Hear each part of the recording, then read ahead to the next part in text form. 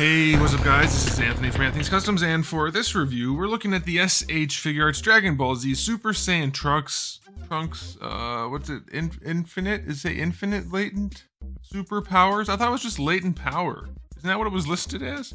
Maybe not, I don't know. It's got a longer name apparently. Anyway, this is just a reissue with some new colors and fewer accessories, so this isn't going to be a full review, but I wanted to show you briefly what it looks like so that you can decide if you want to pick it up. I think for the price point, most of you are going to want to, just so that you have the color options, especially with the metallic hair, but we'll see by the time we get done with this review. So let's go ahead and get it off the stand and take a closer look. Alrighty, before we get into the figure, let's take a look at my package. It is a nice package. The teal background is okay. It goes nice with the golden hair and the brighter colors. I think it looks pretty good. I swear it was just latent power, not infinite latent superpower. But maybe they changed it after the initial solicitation, or maybe I'm going crazy. It's hard to tell these days. Nice back, some nice poses. Side is fine.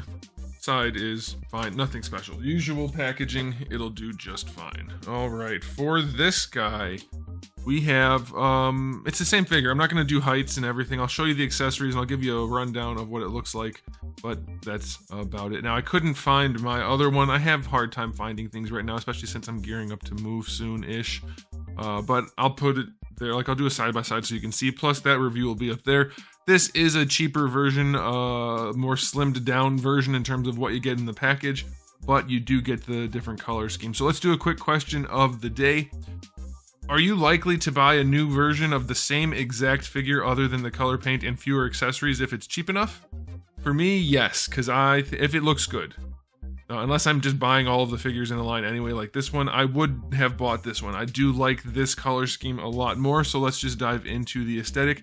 The blue is a much nicer blue if you ask me. I still think we need some paint work around the whites especially, and on the tans. Those lines just need to be filled in. It looks like a model kit almost. There is paint on here to make it have the right colors in certain places, but we definitely need some detailed paint work on it. Some shading on the arms, some shading on the gloves, something. The lines, it's still lacking significantly, but I do really love this blue. And they've used it a few times, or at least a similar blue in updated versions, and I think it's worth it. Looks nice against the white and the tan. And then we have the most significant change, which is why they're doing this reissue, and that is the golden hair. It's starting to grow on me. I quite like this, actually. It looks pretty darn good, and it's going to go with your other recent golden hair releases of the Super Saiyans. The faces are really well done on this guy. The hair does have a touch of shading, and it has a really nice smooth finish. It doesn't have metal flake in it, not that you can tell anyway. It's a very fine metallic, and I like it. I think it looks good. A little more shading might have gone a long way, I think, but it still has some, and it's more subtle, which is better than the candy corn they used to do, so I personally like this. I think this is an overall better color scheme than the first release, so at 35 bucks, I think you can't really go wrong with this, especially if you don't have the first release. Now, granted, we'll get into the accessories in a second, but this is a perfectly adequate looking figure, and I personally think it looks a lot better. That's going to come down to personal preference, of course, though.